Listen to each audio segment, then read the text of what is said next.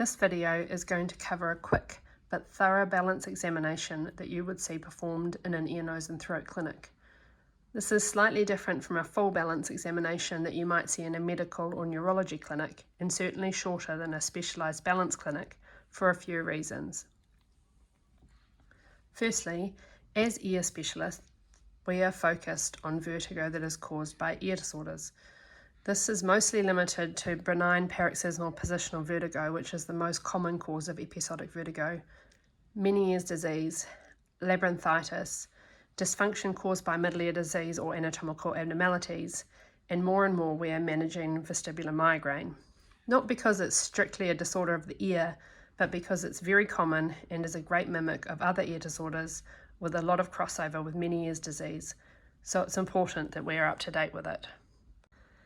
Secondly, especially in general ENT clinics, we are very limited by time. New patients are only allocated between 15 and 20 minutes, 30 minutes if you're in a subspecialty clinic and lucky, so the examination has to be thorough and accurately assess peripheral causes or ear causes of vertigo, but act more as a screening for central causes of vertigo that are better managed by a physician. Before we start with the examination, it is important to understand that the human balance system involves input from the inner ear, the eyes, all the proprioceptive fibres in the body, and all of this is coordinated in the brain.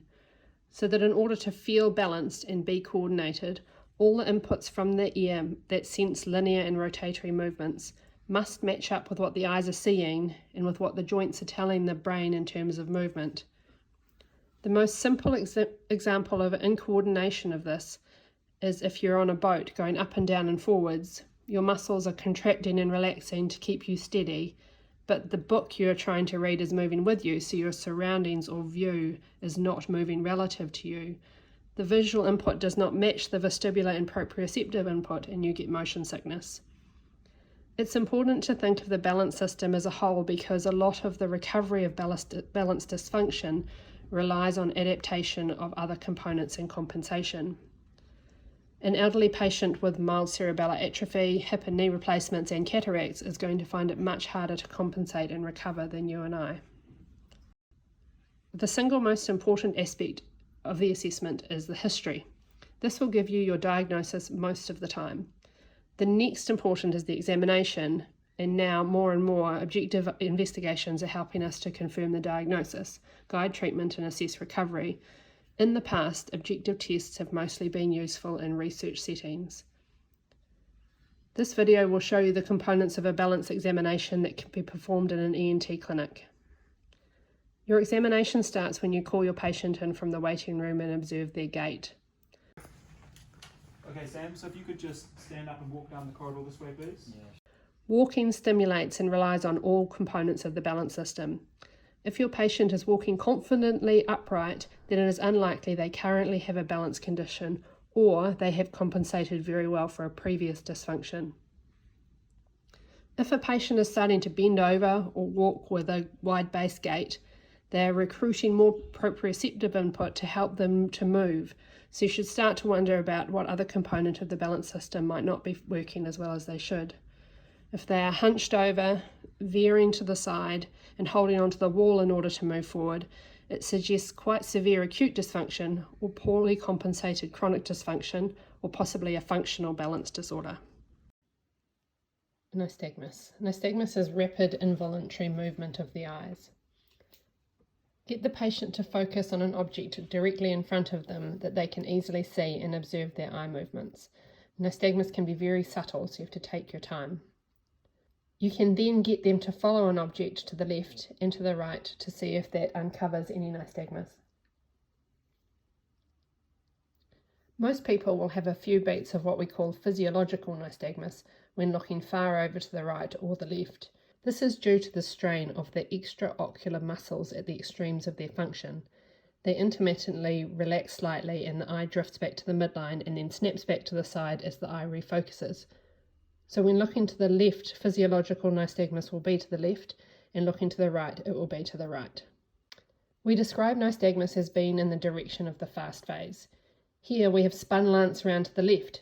As he spins to the left, his eyes can't help but focus on things that drag his pupil around to the right, and then his eye snaps back to the left. We would say this is nystagmus to the left, but it is also acceptable to say fast phase to the left to avoid confusion. For unilateral acute vestibular loss, nystagmus follows Alexander's laws. The first law is that spontaneous nystagmus is away from the affected ear, so that the fast phase is towards the good ear. The second law is that spontaneous nystagmus is greatest when gaze is directed in the direction of the nystagmus, so towards the healthy ear. There are said to be 3 degrees of this. First degree is when it is only noticeable when looking in the direction of the fast phase. Second degree is when it is present in the midline. And third degree nystagmus is when it is present even when looking away from the direction of the nystagmus, which is towards the troubled ear. This patient has nystagmus that is beating to the right.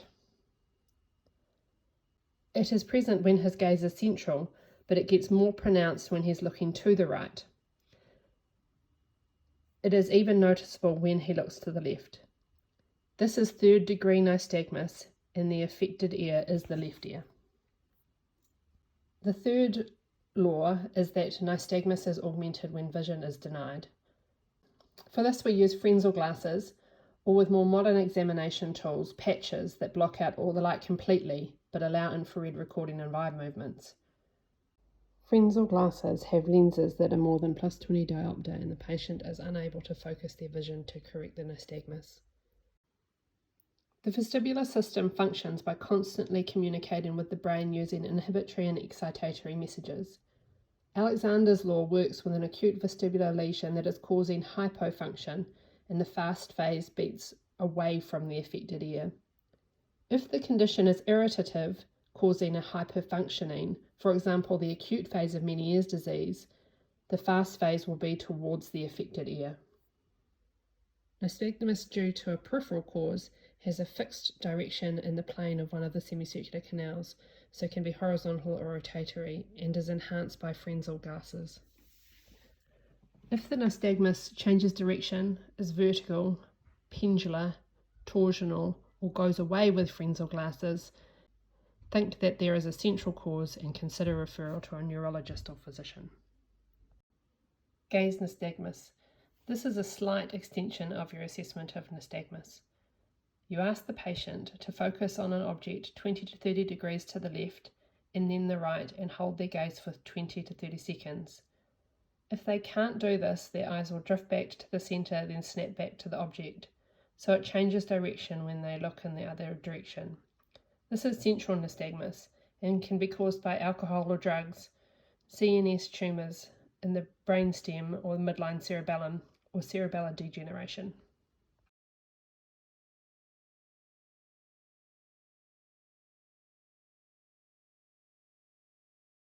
Smooth pursuit. This is the patient's ability to smoothly follow your finger or a pen from side to side and up and down. You want to move the pen about 30 degrees to each side and take 2 to 3 seconds to do a complete cycle. Patients who cannot do this smoothly may not be able to see the pen, so always check, may not be able to concentrate long enough to do the task, or they might have a central lesion in the cerebellum or brainstem.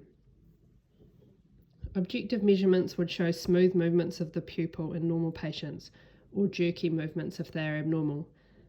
If they are jerky in one direction but smooth in the other, they may have a unilateral parietal lesion. Saccades are quick, simultaneous movements of both eyes in the same direction. Hold up 2 pens, one on each side of the patient's face, about 15 degrees from midline. Ask them to look quickly from each pen to your nose and back again. Mix it up a little bit so that they can't anticipate where you're going to get them to look. You're looking for latency, accuracy and velocity in both eyes moving simultaneously. They should find the target within 1 or 2 movements. Look at me, and then look at the one on the left, and then look at the one on the right. Me, left, me, left, me, right, me, left, me, right. When eye movements can be measured, the response is usually quick and accurate. Central disorders can cause slowness or abnormal waveforms. In general, abnormalities of saccades are caused by central disorders.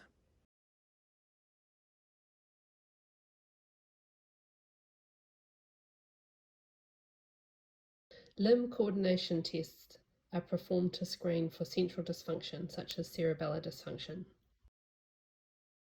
The first is performed by asking the patient to alternate between touching their nose and your pen or finger. The pen should be held out far enough that they have to extend their arm.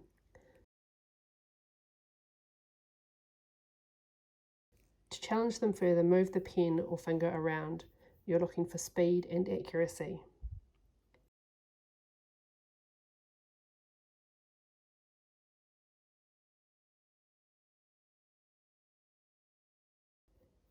Rapid alternating movements test for dysdiadochokinesis. Ask the patient to place one hand over the other and have them flip the top hand back and forth as quickly as possible. Again, you're looking for speed and accuracy.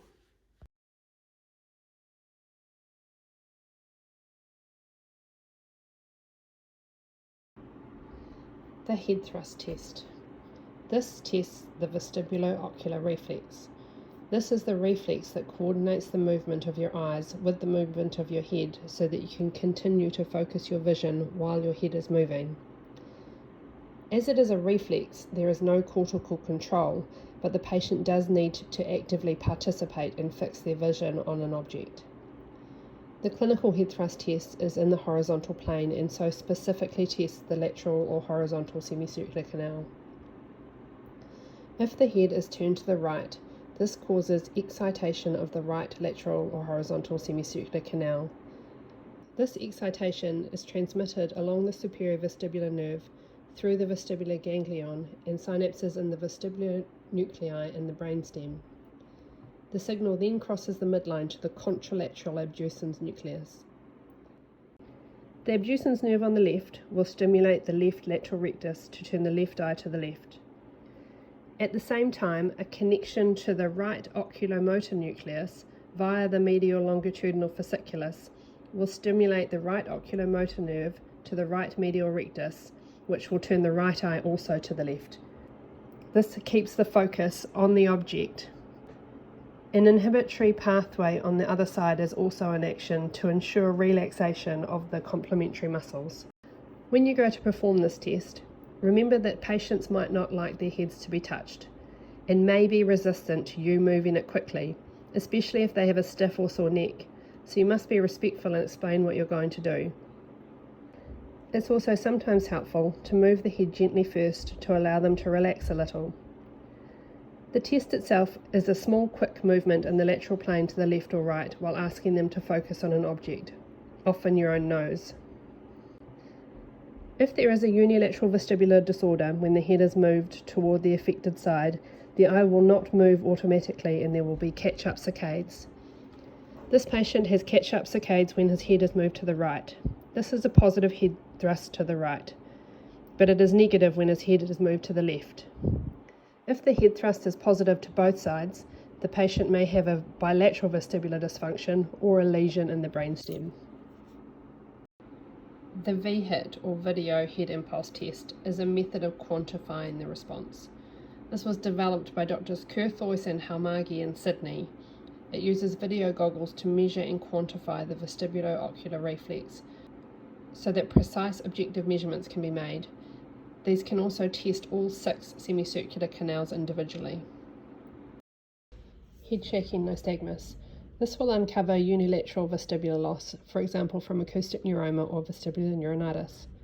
Frenzel glasses or video frenzels must be used to eliminate fixation. The head is shaken in the horizontal plane at about 2 Hz for 20 cycles, then abruptly stopped, and the eye is observed for nystagmus. In those with unilateral vestibular dysfunction, the prolonged nystagmus will beat towards the bad ear. Dynamic visual acuity is a screening test for bilateral vestibular loss. The intact vestibulo-ocular reflex is required to prevent retinal slippage during this test. Starting from the top, can you read the lines? D P F C F O F O O T P E D P DD, PL, CD. Oh, then it gets blurry. Z, C, P, L, P, O, T. Awesome. Nice. I'm struggling to read that bottom line. Okay. So I'm just going to move it here. And moving it now. D, D, P, F, C, F, O, F, O, O, T, P, E, D, P, D, D, or P, L, C, D, Z, C. Yeah, that's too blurry to read that one now. Yeah. It is normal to lose one or maybe two lines of visual acuity. People with a unilateral vestibular loss may test normally. People with a bilateral loss will lose 6 to 8 lines of visual acuity. The Romberg test initially tests proprioception and somatosensory input and progressively challenges the vestibular system. Get you to stand with your feet together, please. We're just looking straight ahead. Brilliant. Now if you can close your eyes for me. When the patient closes their eyes, they are reliant only on their proprioceptive input and vestibular system to keep their balance. The sharpened Romberg's is more challenging. You must be near the patient but not touching them in case they start to fall. Can you put one foot in front of the other for me? Right. Just looking straight ahead for me. And now close your eyes. Good. You're standing beside the patient to catch them if they're feeling unsteady. Well done, thanks Sam. Standing on a 3-inch piece of foam reduces the support surface, so the patient is more reliant on vestibular input. Right. Together there. Brilliant. Looking straight ahead. And now close your eyes for me.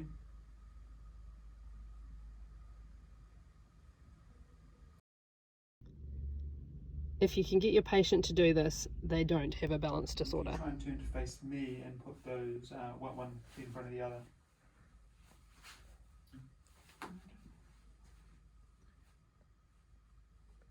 Well done. And now closing the eyes.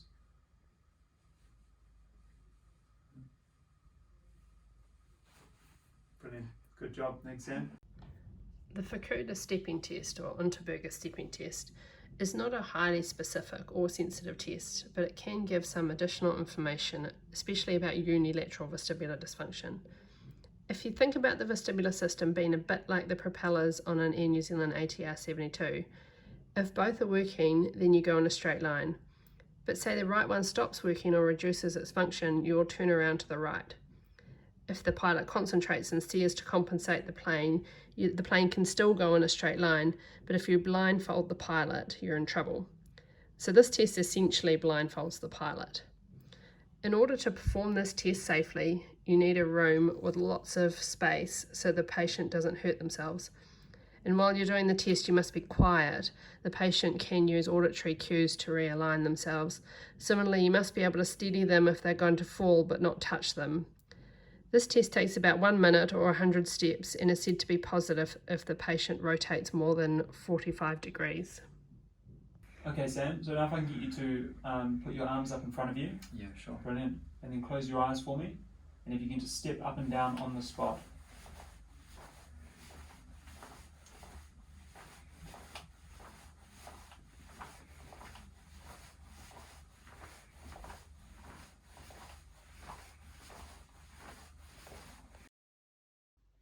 The Dix-Hallpike test is a great test. Not only will it give you a diagnosis, but you can carry on with the Epley maneuver and fix the problem in the majority of cases. It is a test that is specifically looking for posterior semicircular canal BPPV, which is the most common type, making up about 85% of all BPPV. To understand this test, you have to understand the anatomy a bit. The 3 paired semicircular canals are all aligned in different planes, so that when your head rotates in any plane, fluid flows through these canals, and the combined excitation and inhibition signals caused by this fluid flow of all 6 canals tells your brains precisely how your head is moving. The horizontal or lateral canal is more or less in the horizontal planes, but the superior and posterior canals are about 45 degrees off the vertical plane. In order to stimulate the right posterior canal, you must turn the patient's head to the right 45 degrees. This lines it up into the plane of movement so that it is maximally stimulated by tipping the head backwards, ending up with the head slightly hanging or having the neck extended about 45 degrees. In this graphic, the red is excitation. You can see that when the right posterior canal is being stimulated, the left anterior canal is being inhibited. It's important to check that the patient doesn't have any pre-existing back or neck conditions before you do this test. You can either have them hanging back over their bed at the end of the test or put a pillow under their shoulders to achieve the same effect of having their neck extended about 45 degrees. So what we're going to do is I'm going to support your head, and I want you to keep looking straight at my nose. Yep. Keep your eyes open. We're going to drop back, and then I want you to keep looking at my nose. If you feel dizzy, that's okay, it will settle. All right? So I'm just going to gently hold your head here. Then on the count of 3, we're going to fall back. 1, 2, 3. Good. So you keep looking at my nose there. So we're looking for any nystagmus. If there's none present there, it's important to hold it for a while, as nystagmus can take some time to start. You're feeling okay there, Sam? Yeah, I'm feeling good. Good. Alright, so we can sit up, and then we'll do the same thing on the other side. In BPPV, there is debris or little stones within the canals that cause the flow of fluid to be turbulent, and the resulting signals to the brain cause vertigo and characteristic nystagmus. The nystagmus is geotropic, meaning it beats towards the ground. Remembering that the patient's head is extended back or hanging down, so towards the ground is actually looking upwards when focusing just on the eye. It's rotatory towards the problem ear. It does not start immediately, so you must wait a few seconds before declaring it a negative test. While it only lasts a few seconds, it can be quite violent and in some patients cause severe nausea with vomiting. The more you do the test, the less pronounced the result will be as it fatigues. This graphic simulates particles in the right posterior semicircular canal. The head is turned 45 degrees to the right and then rotated backwards so the head ends up tipped back about 45 degrees. As this is a simulation and not real life, there is no latency, but you can see the rotatory nystagmus as the particles move through the canal. Then, because you can find anything on the internet, this is a real-life patient from the University of Utah.